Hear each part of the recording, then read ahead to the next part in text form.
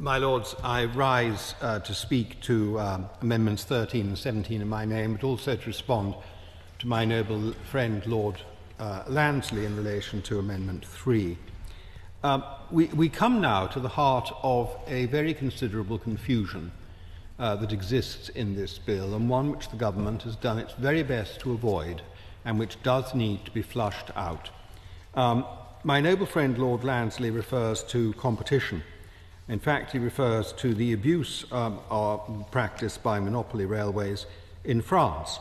That, of course, is in response to European Union legislation which has had to mandate access to competition in order for it to flourish in the European Union. They are going in the direction that we went in somewhat later than us. We are now going back to the Attlee government, basically, and moving away from them. It is a Brexit bonus. I think I did say that, in fact, in an earlier debate. But, of course, the matter is made worse. The government has not been clear about its view on competition. The matter has been made much worse by the government's confusion and blank refusal to address the question of who is going to make the decisions about competition. Who is going to decide in relation to open access? Who is going to decide which open access providers will have access to the service? I refer, as I was encouraged by the noble Lord the Minister to refer, to the Labour Party document Getting Britain Moving, where it says quite clearly, in the section 7 on page 22, on the role of open access, it says quite clearly the ORR will continue to make approval decisions on open access applications. But that, my lords, is not confirmed by the noble Lord the Minister.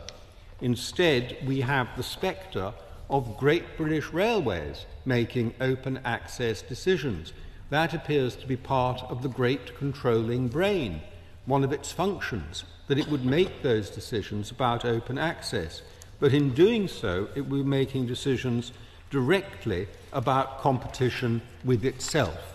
And we are very concerned that the sort of abusive monopoly activity that has been seen in France and which has been referred to by my noble friend is exactly what we would be excuse me, exactly what we would be exposing ourselves to if we allowed this measure to go through without having appropriate safeguards in place in advance. That is the thrust of Amendment 17. It simply calls for a report. In committee, the noble Lord the Minister made fun of me for calling for so many reports, but he should understand that we're doing this as a way of drawing attention to an issue of very serious concern without trying to hobble or wreck the bill. And he has not given us any assurance in response. He's taken no notice of what are our very genuine and serious concerns.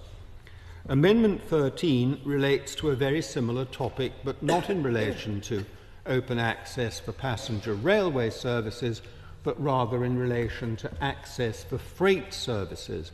They too compete, so to speak, for paths on the railway. They need access to the railway if they're to operate.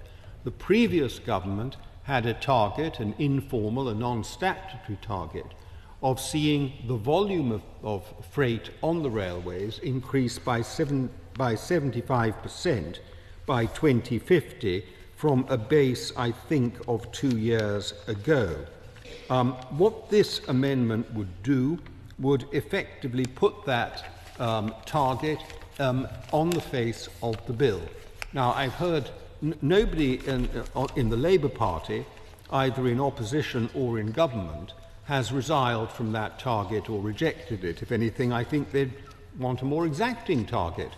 Nobody has resiled from that target, and I think the Minister, if pressed, would probably say that it was a perfectly respectable target and one that he'd want to sign up to. So there should be no objection to seeing it on the face of the bill, and it would give some assurance that Great British Railways, in its operations, would not simply be favouring its own activities at the expense of freight operators, and we would also want to hear some sort of, ideally, have some sort of assurance that they would not be favouring their own activities, their own passenger activities, at the expense of open access operators. I grant in all of that the government has given an assurance, which I accept, that existing open access operators will be allowed to continue under the new Great British Railways regime, but of course they only have contracts to do so for specific periods. We could easily be contemplating in a number of years a railway that was a total monopoly, in which there was no open access for passenger services and none of the benefits that those very popular services have brought to the railways, and one in which freight was being, so to speak, if I may say so, shunted to one side in order to give priority to Great British Railways and its own purposes, its own passenger services. It would be different if the ORR were guaranteed to be doing the allocation of paths, but we have no guarantee of that at all, because this document, this Labour Party document I refer to, has no statutory basis to it. And again, we suffer from the point I made in the previous group in relation to the speech by the noble Lord Liddell, that we're being pushed around between what does this bill say and then told, well, we can't ask that, it's all going to be dealt with in a bill we can't see. It's not good enough. We need the assurances now. It would very much be my intention to seek the opinion of the House on Amendment number 13 when we get to it, if the assurances I receive are not satisfactory.